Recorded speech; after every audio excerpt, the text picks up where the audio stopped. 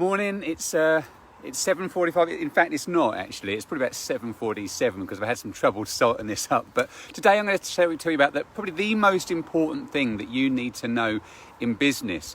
This is really the key that so many business owners just don't know, and because we're not taught it. So I'm going to show you here. We've touched on it before in a few previous sessions, but today we're going to show you the sums behind it and just the power of how you grow your business with just marginal gains on these little areas. Okay, so this is the 5 ways. So we'll get onto that in a moment, but good to see you here bright and early. So please just check in with us and let me know just if you're listening to this on repeat or if you listen to this live. The idea of these sessions is on a Monday, Wednesday and a Friday where we're really just sorting out some key learnings for business that we're just not taught generally. So some great learnings to come to you on these sessions, and what we're looking at is how to make more money, how to get more from your people, and how to make the business work for you so you don't work for the business. So today we're talking about the money side of things, and this is really how you grow your business significantly. So we're going to throw some numbers into what we've been talking about in previous weeks, and let's kick off then. So starting off with the key to growing your business is getting leads and converting them into sales. So I want to show you the difference between leads and conversion. This is ultimately the difference between marketing and sales. So some people get these confused a little bit. So I'll explain a bit more detail what the difference is between marketing and sales. So marketing is getting people interested in your product or service. Sales is converting those interests into customers. So lead generation is effectively, that's your marketing. So it's getting people interested in what you do. So now a lot of people think we might want to be marketing one to many, but we don't. We want to be marketing one to one many times. So there might sound like not much of a difference, but it is important because we need to know who exactly it is we're marketing to. So who our target market is, and then we can duplicate them. Now you might have more than one target market, but try and really dig down on who your target market is. One good thing you can do is look at who the best customers that you have are and duplicate those. So who are your grade A customers? So they'll be the people who pay the most to you. Actually, there's 20% of your customers, we've given you 80% of your profits. So there's that 80-20 rule pretty much in business. So there'll be the top 20% of your customers will be giving you 80% of your profits turnover. They'll be the easiest people to deal with. They'll pay you on time, and they'll be and the most pleasurable to deal with. So if you identify those, grade those customers as your A-grade customers, they'll be your target market. And they'll be also the people you want to get more referrals from. So we go to those for referrals because they'll know more people like them. If you go to your D-grade customers, who are the most difficult to deal with and pay you the least amount of money and pay you least frequently, they'll know more people like them. So go for your A-grade customers, that's your target market, and get more of those. So that's really your marketing. There's about 85 different strategies we've got on marketing. I'll give you an idea that a lot of people will be working with online marketing, and great, that is a really important strategy. We're talking about Google AdWords, Facebook ads, on social digital marketing, email marketing, all very essential. Don't just be refined to that though. Think if everybody else is zigging, maybe I could zag. So what about some offline stuff that I could do? Maybe direct mail, maybe some lumpy mail, or something a bit more quirky that might suit your business better. So think about different ways to get in touch with your market. But you've got to understand who your target market is to know where you can get hold of them in the highest numbers. So that's your marketing. So once we've got people interested, we can then convert those into customers. Now the biggest strategy for getting more sales, I would say simplest thing is just to measure it. Start measuring your conversion rate. So few people measure your conversion rate. So what is your conversion rate? And when you start measuring that, whatever you focus on will get better. So conversion rate, another thing you can do is just get some sales training for you and your team. Simple sales training has a massive impact. Thinking about what makes you different to your competition, and you know, a point of difference, a unique selling point or a guarantee. So once we've got leads and we've converted those into customers, then we want to get people coming back. And getting people coming back more often, that's where the profit comes. Because it's quite costly sometimes getting a customer in the first place. If we can't get them coming back more often, then we're going to potentially lose a lot of profit. So profit comes from repeat business.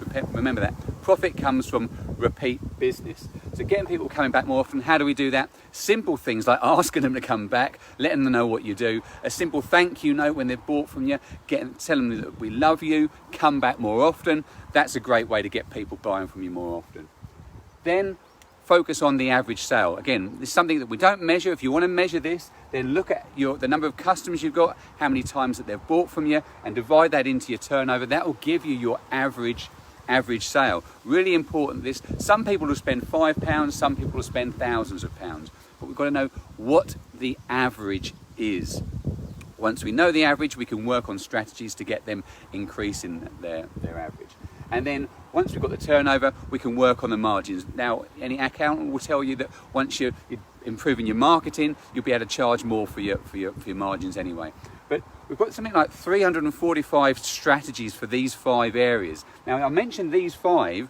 Now, the interesting thing is that most people want to focus on these 3 areas when they first start working with me. But the problem with those is that you can't actually get those. You can't get profit, customers, or sales or turnover. They're a result from the other 5 actions. That's why we focus on these 5 areas. So let's put some numbers into this and just see why that's so important. So if we say we're just dealing with a real small business here, but just to make it simpler for maths, okay? So this business, we've got 4,000 leads coming in a year. We're converting 1 in 4 to a customer, so we're getting 1,000 customers.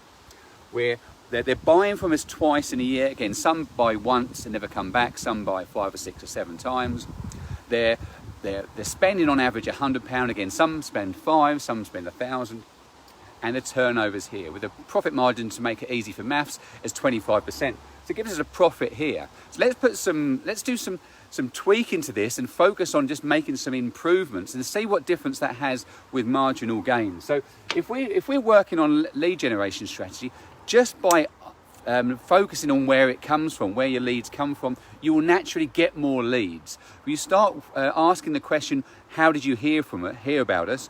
Then you'll know what marketing works and what doesn't work. But then you've got a lot of different strategies to work on. So just working on a few different strategies over the course of a 12-month period, we're looking at a small gain. And if we think we can improve that by 20, 30%, quite likely we will. But if we just talk about a 10% improvement on each of these areas, just so we can see how the maths works. So we'll say 4,400 leads there. And again, with the conversion rate, looking at doing some sales training, getting people coming, knowing the point of difference, what differentiates us from a competition, all these strategies, just to get a small 10% increase. Now, I'm not talking about 10% on top of 25, 10% of 25. So we're saying 27.5%. Now, bear with me on this, because the final goal is really quite significant. So that gives us a total number of customers of 1,210 customers. So we want people to come back more often. I've told you a few strategies on how we get that. If we increase that again by 10%, brings it to 2.2. We just get working on that. Now, I've got an interesting story about a funeral director who said, "No, you can't get my customers coming back. They only buy once." The interesting thing about that is the question is, well, who's actually the actual customer in that? Is it the dead person or the family? Well, it's the family. So if you keep in touch with them, may they want to buy from you again in the future. So we've got to keep in touch with people, even if there's a long buy-in with these customers. So again, getting people buying more from us, just letting everybody know everything that you do is a big impact on that. And again, sales training on that, and a lot of different strategies you can work. So the end goal there, that's a 46% increase in your turnover just by working on these areas and small gains, small things. It's not rocket science, it's not making big changes, but it's just having small changes in each of these areas over a period. Some won't work and some will, but you just need to keep testing and measured and to make sure you know which work and which don't. Now, the interesting thing is when you work on your margins as well, that has a 61, excuse me on the maths on that one, that's a 61% increase in your bottom line profit just by having small marginal gains in each of these areas. So really so important just to work on little things and test and measure each of those as you go. So listen, it's a really important thing this. There's a lot more detail to it than we've been able to get into this morning, but hopefully you can see the benefit of this. But it's having that time to spend working on your business and planning this stuff. So not rocket science, simple things, but you've just got to do, it's easy not to do simple things, but it's easy to do them, but it's just as easy not to do them. So just make sure that you know what you're doing, plan it out, and work on those gradually. If you want to know anything else, then give me a call or drop me a line. Great to see you this morning. Great to see you guys live. Gavin, great to see you watching. Great to see Nigel back again as well. So please check in with us and let us know where you're where you're listening from. And I'll see you again next week. Cheers.